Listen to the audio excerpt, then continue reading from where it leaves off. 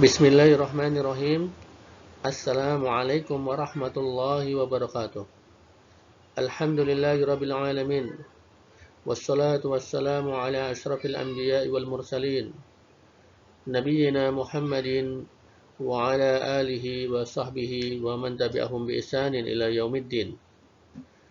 Allahumma 'allimna ma yanfa'una wanfa'na bima 'allamtana wa zidna ilman wa aslih lana sya'nana kullahu wa la takilna ila anfusina tarfata 'ain. Amma ba'du. Ayatul abah kaifa halukum, anak-anak yang kami sayangi, bagaimana kabar kalian? Semoga kalian semua dalam keadaan sehat selalu dan berada dalam limpahan rahmat dan lindungan Allah Subhanahu wa taala. Anak-anak, insyaallah pada kali ini kita akan melanjutkan pelajaran kita akidah kelas 6, pelajaran 15. Silahkan dibuka buku kalian halaman 10 sambil disimak ya. Kita akan masuk dalam pelajaran 15, hak-hak Rasulullah sallallahu alaihi wasallam. Rasulullah sallallahu alaihi wasallam adalah pemimpin seluruh manusia. Allah Azza wa Jalla mengutus beliau kepada seluruh manusia sebagai rahmat bagi semesta alam dan juga sebagai penutup kenabian. Ya.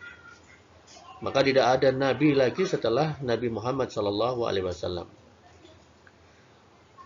Dan termasuk hak yang paling agung yang harus ditunaikan semua kaum muslimin adalah menunaikan hak-hak beliau sallallahu alaihi wasallam. Hak-hak Rasulullah sallallahu alaihi wasallam. Yang pertama adalah mengimani bahwa beliau benar-benar utusan Allah taala. Ya, kita harus mengimani bahwa beliau benar-benar utusan Allah Ta'ala. Dalilnya adalah firman Allah Ta'ala dalam Quran, surat At-Taghabun ayat 8, وَآمِنُوا بِاللَّهِ وَرَسُولِهِ وَالنُّورِ الَّذِي أَنزَلْنَا. Yang artinya, maka berimanlah kamu kepada Allah Ta'ala dan Rasulnya dan kepada cahaya yaitu Al-Quran yang telah kami turunkan. Kemudian hak yang kedua yaitu mengimani bahwa kerasulan beliau untuk seluruh manusia. Dalilnya, Qul ya ayyuhan nasu inni rasulullahi ilaikum jami'a. Artinya, katakanlah wahai manusia, sesungguhnya aku adalah utusan Allah kepadamu semua. Al-A'raf ayat 158.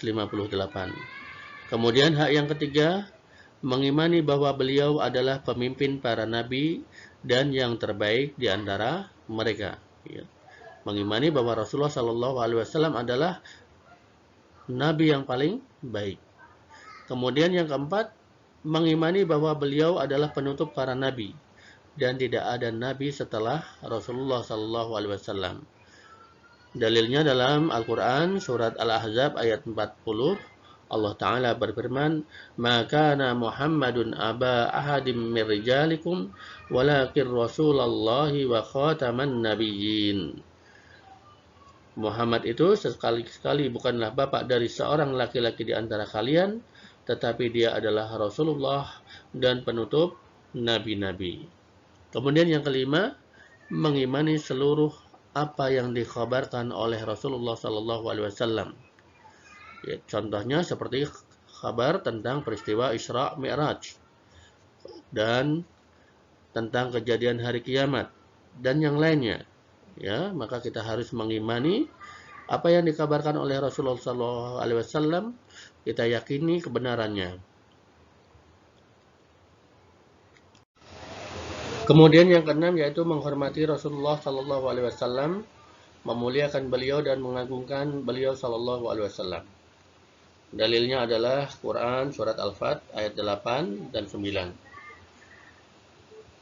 Allah Ta'ala berfirman, Inna arsalnaka syahidan wa mubashiran wa nadhira litu'minu billahi wa rasulihi wa tu'azziruhu wa tuwaqqiruhu wa tusabbihuhu bukratan wa asila.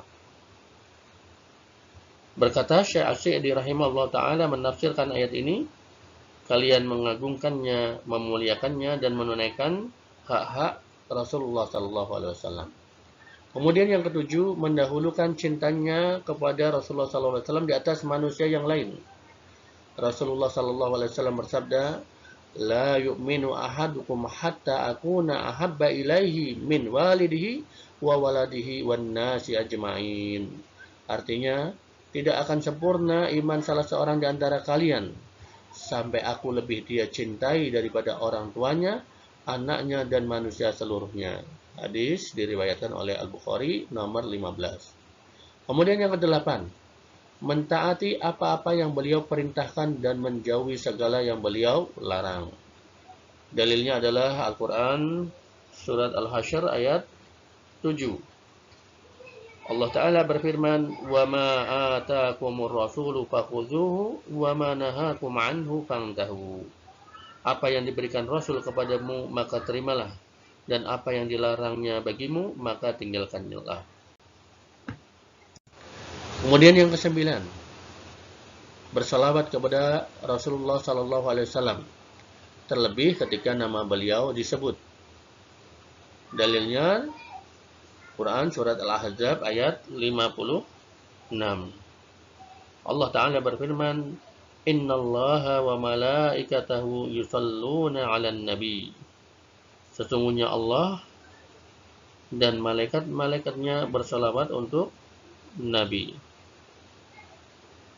Kemudian yang ke-10, menyebarkan sunnah-sunnah dan petunjuknya dan menjelaskan keutamaan beliau Sallallahu Alaihi Wasallam. Yang ke-11, menolong sunnah dan petunjuknya serta membantah berbagai pemikiran yang sesat yang bisa menjadi sebab celaan terhadap diri Rasulullah Sallallahu Alaihi Wasallam. Ya, ini adalah di antara hak-hak Rasulullah Sallallahu Alaihi Wasallam yang harus kita tunaikan. Ya. Kemudian barang siapa yang mempraktikkan sunnah-sunnah beliau, Sallallahu Alaihi Wasallam, maka ia akan mendapatkan kebahagiaan di dunia dan di akhirat. Ini sudah pasti ya. Barang siapa yang mempraktikkan sunnah-sunnah beliau, maka akan mendapatkan kebahagiaan di dunia dan akhirat. Kebalikannya, barang siapa yang meninggalkan sunnah-sunnah beliau, meremehkan, menghina, dan mencerca, maka dia akan mendapatkan kesengsaraan di dunia dan di akhirat. Nasallallahu salamah wal afiyah. Semoga kita selalu dibimbing oleh Allah Subhanahu wa taala dan diberi petunjuk untuk selalu mempraktekkan, bisa mengamalkan sunnah-sunnah beliau Sallallahu Alaihi Wasallam. Maka tidak mungkin kita bisa mempraktekannya kecuali dengan belajar yang sungguh-sungguh, terutama dalam masalah akidah. Nah, sekarang ada pertanyaan. Di bawah ini kalian jawab ya. Yang pertama, sebutkan 5 hak-hak Rasulullah Sallallahu Alaihi Wasallam. Yang kedua, untuk siapa Nabi Muhammad Sallallahu Alaihi Wasallam diutus? Yang ketiga, apa yang harus kita lakukan jika ada orang yang menyebarkan pemikiran-pemikiran yang sesat?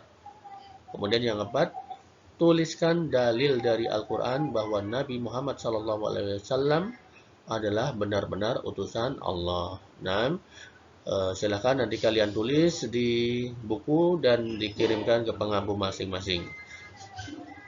Kita akhiri sampai di sini ya. Semoga apa yang kita pelajari bermanfaat dan semoga kita diberi petunjuk oleh Allah Ta'ala untuk bisa mengamalkan ilmu yang telah kita pelajari.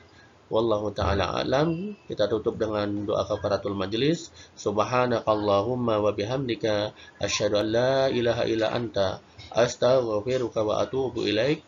Jazakumullahu khairan wa barakallahu fikum. Wassalamu alaikum warahmatullahi wabarakatuh.